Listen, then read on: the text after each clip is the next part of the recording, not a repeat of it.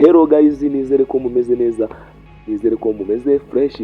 Tugiye kurebera hamwe amazina y'abakobwa beza bayogoje abasore bo mu Rwanda, cyangwa se amasura meza y'abakobwa bakunzwe mu Rwanda cyane. Ku mwanya wa mbere turahasanga umugore wa The Ben, cyangwa se umufasha wa The Ben, ariwe Cyiza Pamela. Turamusanga ku mwanya wa mbere. Turaza gusimbukira ku mwanya wa kabiri, aho tuhasanga Miss Nyambo, aho yatitije urukundo rw'abasore benshi ba hano mu Rwanda, cyangwa se muri sinema nyarwanda, aho yatitije Titi Brown.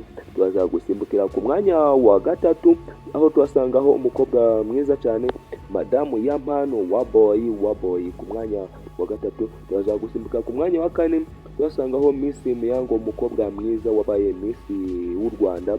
Turaza ku mwanya wa gatanu, tuhasangaho Aisha mwene Magweja, niwe